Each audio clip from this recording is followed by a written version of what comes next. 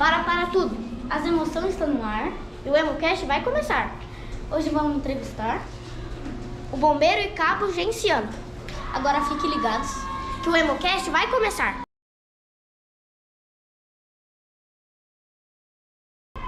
Olá, tudo bem, Genciano? Seja bem-vindo em nosso Hemocast. Eu sou a Annalise e vou fazer a primeira pergunta. O que te motivou a seguir a profissão de bombeiro? Bom dia, tudo bem? Muito obrigado pela recepção, primeiramente.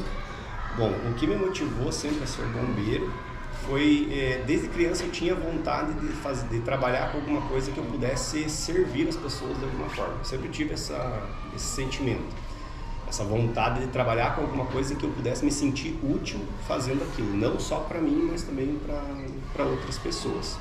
E eu sempre gostei muito de aventura, então eu sempre tive interesse em atividades assim que eu pudesse trabalhar, por exemplo, no mato, que pudesse trabalhar com alguma coisa que fugisse um pouco da normalidade. Eu não queria trabalhar num lugar fechado, não queria trabalhar limitado, digamos assim, a uma rotina, sabe? Eu sempre tive isso comigo.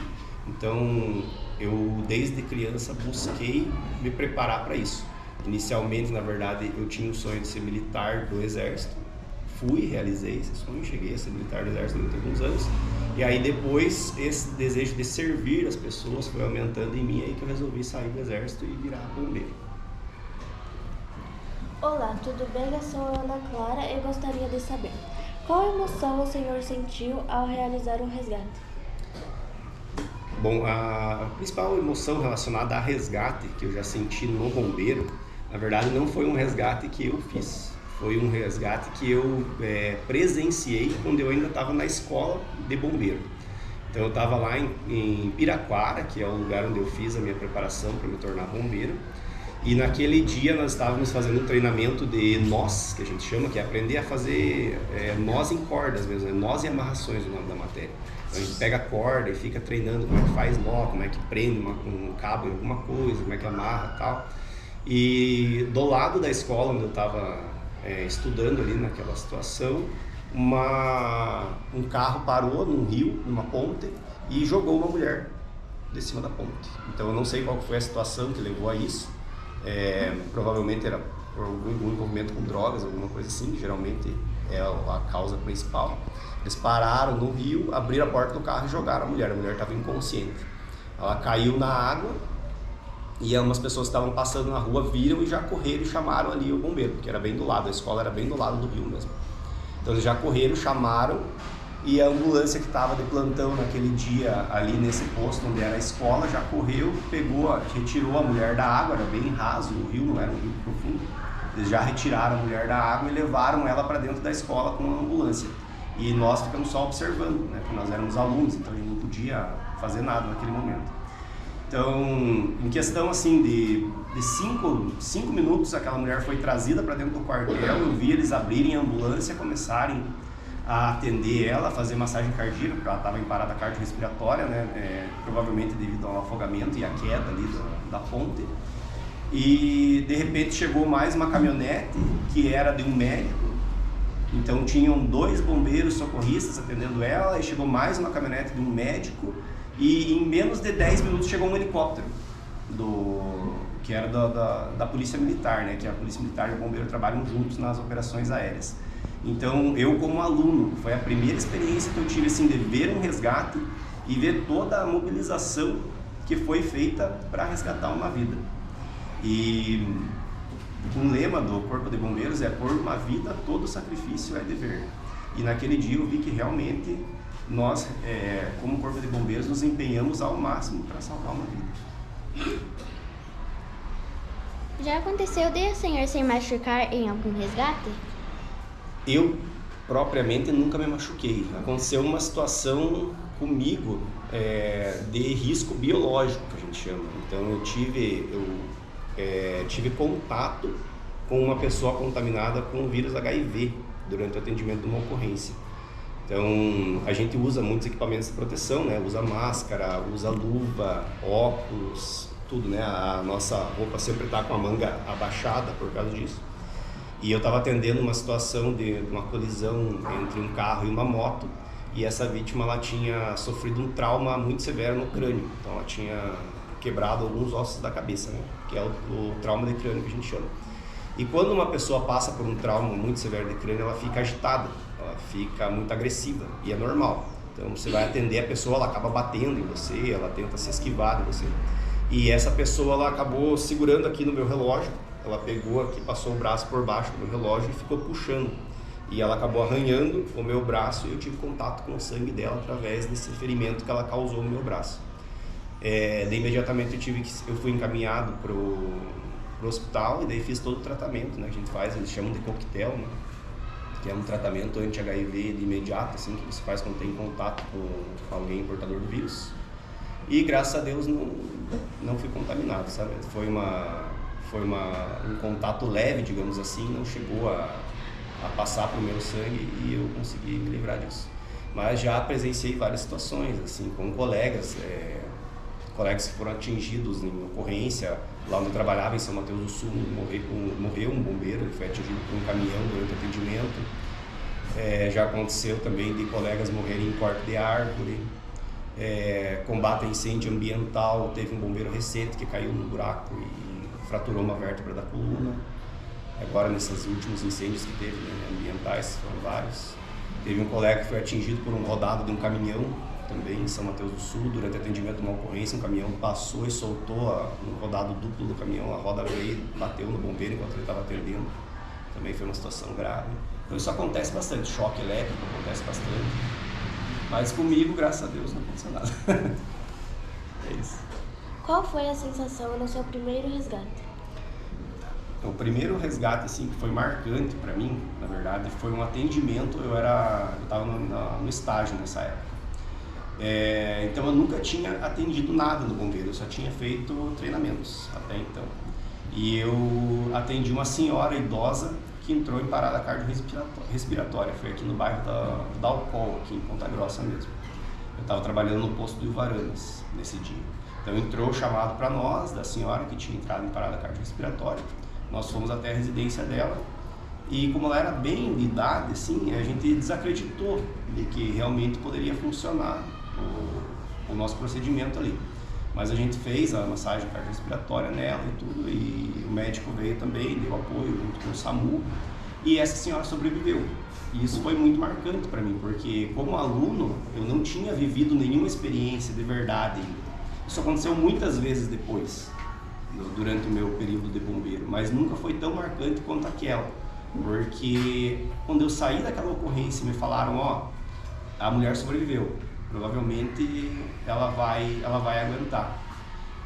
A sensação que eu tive foi uma satisfação pessoal, como se eu tivesse cumprido o meu dever para a vida. Eu falei, olha, tudo que eu aprendi no bombeiro até hoje, tudo que eu treinei, ao que eu me dediquei, valeu a pena por essa senhora que sobreviveu. Foi bem legal. Qual foi o resgate mais difícil e qual a sensação ao concluí-lo? Os resgates mais difíceis, assim, já tive várias situações em que demandaram muito desgaste físico, né? Eu poderia citar esse tipo de resgate, tipo, ficar horas, por exemplo, cortando um carro para tirar alguém que está preso, ou ficar horas combatendo um incêndio, que é muito desgastante. Mas com certeza os mais difíceis que eu já peguei foram duas situações envolvendo crianças. Foram um bebê de 2 anos de idade que se afogou numa piscina. Foi, assim, acho que uma das situações mais traumáticas para mim, vamos dizer assim, foi o mais difícil.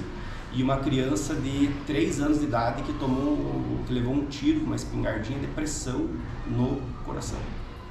Foram as duas situações mais difíceis, assim, que eu enfrentei, que eu acho que com certeza eu nunca mais vou esquecer, principalmente pelo rosto das crianças, né, pela situação em que elas estavam e a situação dos pais das crianças também, sabe? Tipo, você vê o desespero do pai e da mãe das crianças e as duas crianças acabaram falecendo, vieram a óbito os dois.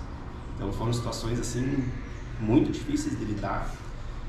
O pai da criança me encontrou várias vezes, porque eu trabalhava em São Mateus nessa época, era uma cidade pequena, então eu encontrei várias vezes o pai da criança, assim, depois, e toda vez que ele me via, ele chorava, ele vinha me abraçar, então, assim, foi bem difícil, e é até hoje. Quais os tipos de ocorrências o senhor mais recebeu? Incêndio ou pessoas ou animais para salvar? Hoje acho que o carro-chefe do bombeiro são os acidentes de trânsito, na ambulância no caso, né? Com certeza é o que mais é atendido. 90% das ocorrências que a gente atende são derivadas de imprudência. Então, ou é porque a pessoa exagera no uso de álcool, ou a pessoa exagera no uso de drogas, ou ela é imprudente no trânsito. Então, em dias normais, vamos dizer assim, de segunda a sexta, no horário de expediente, né, o horário normal do comércio, são os acidentes de trânsito. Então, a gente atende muito acidente de moto, é um dos mais comuns que tem. E daí, passou desse horário e nos finais de semana, é os usuários de droga e bebida, a grande maioria. Nas férias há muitos resgates no mar? Sim. Só esse, eu estava pesquisando até em relação a isso, só no verão de 2023 para 2024, entre novembro e janeiro, foram realizados mais de 1.000 resgates na praia. Então, são 1.000 pessoas que precisaram ser resgatadas no mar, pelo menos. Dessas 1.000, pelo menos 43 vieram a óbito, porque se afogaram no mar. Então, o final de ano é bem agitado para o bombeiro, especialmente para quem trabalha na praia, né? Eu não vou normalmente para a praia, já trabalhei no litoral, mas eu normalmente não vou para a praia nos finais de ano para trabalhar, eu fico na cidade. Mas e as principais causas de afogamento são também imprudência. Mais ou menos 40 e alguma coisa, mas 50% das pessoas que morrem afogadas, elas acreditam que sabem nadar. Então elas têm aquela confiança, não, eu sei nadar, eu posso entrar no mar, eu posso entrar no rio, que não tem problema. E isso geralmente não acontece. E o restante também pessoas que usaram drogas ou usaram algum tipo de bebida, e daí criam coragem e querem nadar e acabam se afogando, sabe?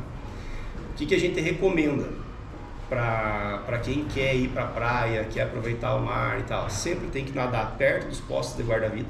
Então vocês vão sempre ver que tem lá os locais sinalizados onde tem o guarda-vida. Aquele é o local apropriado, estar perto deles. Evitar nadar perto de pedra, perto de pier, qualquer estrutura que tenha construída perto ali na entrada da água. Evitar ir muito profundo, porque quando você entra mais lá no fundo existem as correntes, né, que podem te levar para o fundo do mar. E também sempre vai ter na praia uma sinalização de perigo, que é uma plaquinha vermelha. Essas plaquinhas geralmente elas estão nas correntes de retorno, que a gente chama. A corrente de retorno é onde a água do mar, que ela vem com as ondas, ela volta para dentro do oceano. Então ela vem e ela faz um movimento de volta pelo mesmo lugar. Ela cria como se fosse um rio que volta para dentro do mar.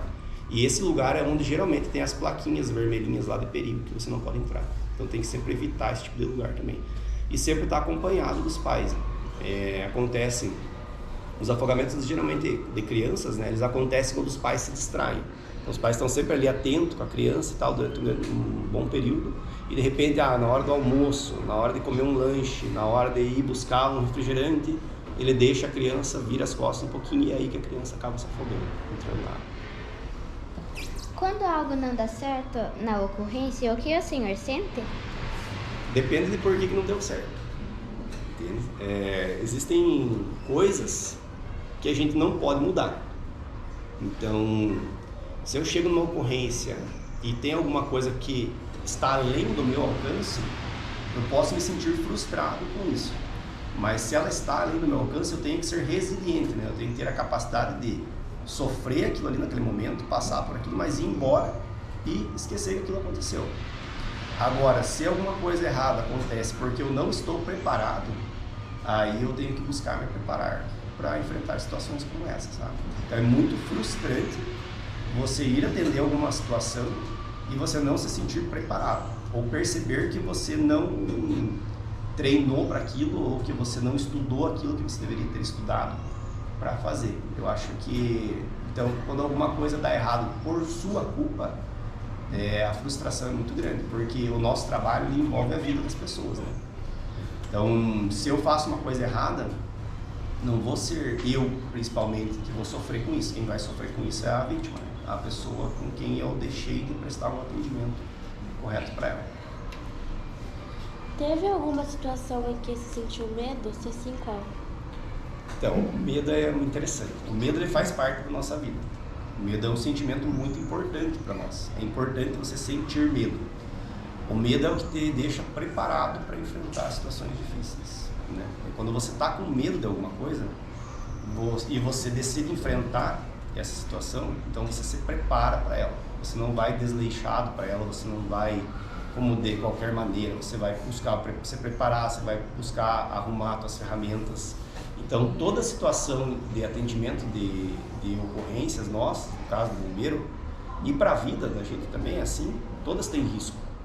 Então, sempre que você percebe um risco e você sente medo, você se prepara para enfrentar isso, sabe? A questão é que o medo não pode te bloquear para fazer as coisas. Então, a partir do momento que você decide realizar alguma coisa e o medo toma conta de você, você tem que ser corajoso. E se ser corajoso é enfrentar o medo, não é não ter medo, né?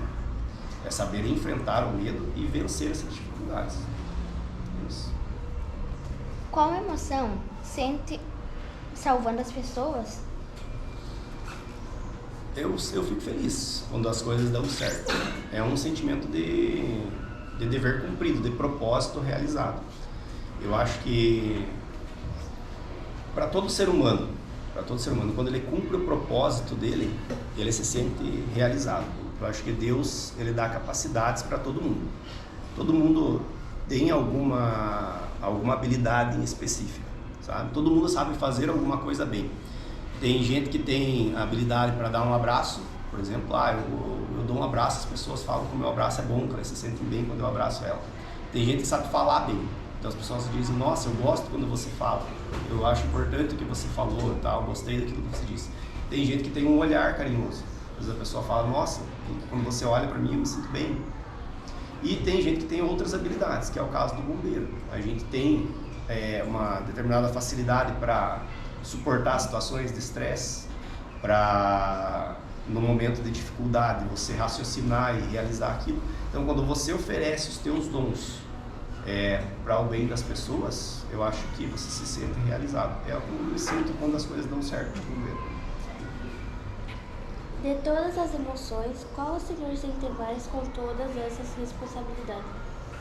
Então, é como você falou, né? São responsabilidades. Então, você se sente responsável, né?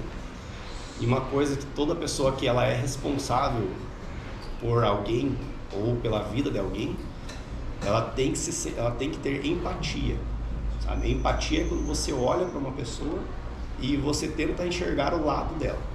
Então, quando eu estou atendendo uma situação, eu não posso tratar aquela pessoa como se ela fosse uma coisa ou um objeto. Eu tenho que chegar lá, olhar para a pessoa e entender o sentimento dela.